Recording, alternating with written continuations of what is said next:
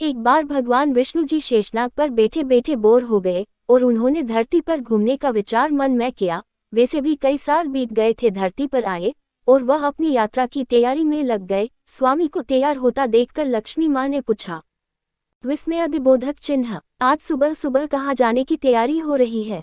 विष्णु जी ने कहा, हे लक्ष्मी, मैं धरती लोक पर घूमने जा रहा हूँ। तो कुछ सोचकर लक्ष्मी माँ ने कहा, हे देव, क्या मैं भी आपके साथ चल सकती हूँ? भगवान विष्णु ने 2 पल सोचा, फिर कहा, एक शर्त पर। तुम मेरे साथ चल सकती हो। तुम धरती पर पहुंचकर उत्तर दिशा की ओर बिल्कुल मत देखना। इसके साथ ही माता लक्ष्मी ने हाँ कह के अपनी बात मनवा ली और सुबह सुबह माँ लक्ष्मी और भगवान विष्णु धरती पर पहुंच गए। अभी सूर्य देवता निकल रहे थे। रात बरसात होकर हटी थी। चारों ओर हरियाली ही हरियाली थी। उस समय चारों ओर बहुत शांति थी और धरती बहुत ही सुंदर दिख रही थी और माँ लक्ष्मी मंत्रमुग्ध होकर धरती को देख रही थी और भूल गई कि पति को क्या वचन देकर आई है और चारों ओर देखती हुई कब उत्तर दिशा की ओर देखने लगी पता ही नहीं चला।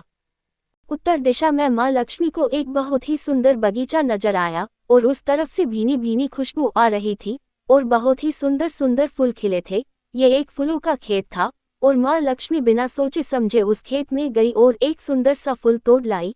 लेकिन ये क्या, जब माँ लक्ष्मी भगवान विष्णु के पास वापस आई तो भगवान विष्णु की आंखों में आंसू थे और भगवान विष्णु ने माँ लक्ष्मी को कहा कि कभी भी किसी से बिना पूछे उसका कुछ भी नहीं लेना चाहिए और साथ ही अपना वचन भी याद दिलाया।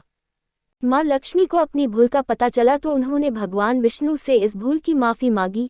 तो भगवान विष्णु ने कहा कि जो तुमने जो भूल की है उसकी सजा तो तुम्हें जरूर मिलेगी। जिस माली के खेत से तुम नए बिना पूछे फूल तोड़ा है, यह एक प्रकार की चोरी है। इसलिए अब तुम 3 साल तक माली के घर नौकर बनकर रह। उसके बाद मैं तुम्हें बैकुंठ में वापस बुलाऊंगा। माँ लक्ष्मी ने चुपचाप सर झुकाकर हाँ कर दी। आजकल की लक्ष्मी थोड़े थी और माँ लक्ष्मी एक गरीब औरत का रूप धारण करके उस खेत के मालिक के घर गई। घर क्या एक झोपड़ा था और मालिक का नाम माधव था। माधव की बीबी, 2 बेटे और 3 बेटियां थी। सभी उस छोटी सी खेत में काम करके किसी तरह से गुजारा करते थे।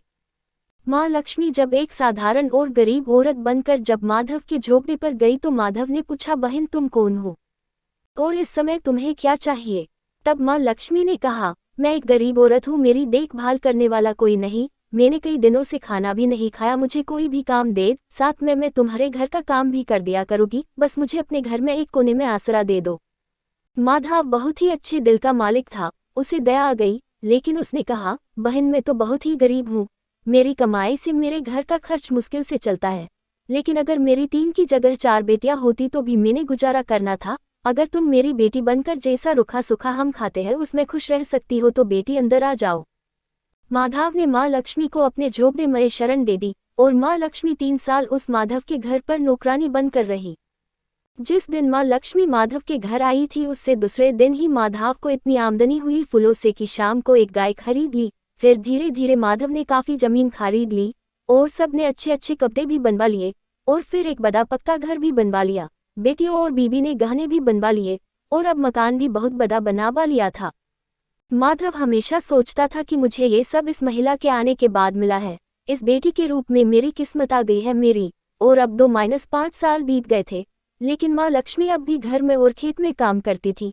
एक दिन माधव जब अपने खेतों से काम खत्म करके घर आया तो उसने अपने घर के सामने द्वार पर एक देवी स्वरूप गहनों से लदी एक औरत को देखा। ध्यान से देखकर पहचान गया, अरे ये तो मेरी मुंह बोली चौथी बेटी यानी वही औरत है, और पहचान गया कि यह तो माँ लक्ष्मी है। अब तक माधव का पूरा परिवार बाहर आ गया था और सब हैरान होकर माँ लक्ष्मी को देख रहे थे। माधव बोला, है माँ हमें माफ कर, हमने तेरे से अनजाने में ही घर और खेत में काम करवाया है माँ, ये कैसा अपराध हो गया है माँ, हम सबको माफ कर दे।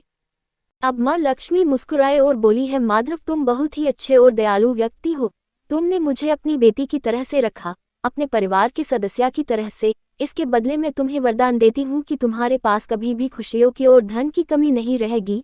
तुम्हें सारे सुख मिलेंगे जिसके तुम हकदार हो। और फिर माँ अपने स्वामी के द्वारा भेजे रथ में बैठकर बैकुंठ चली गई।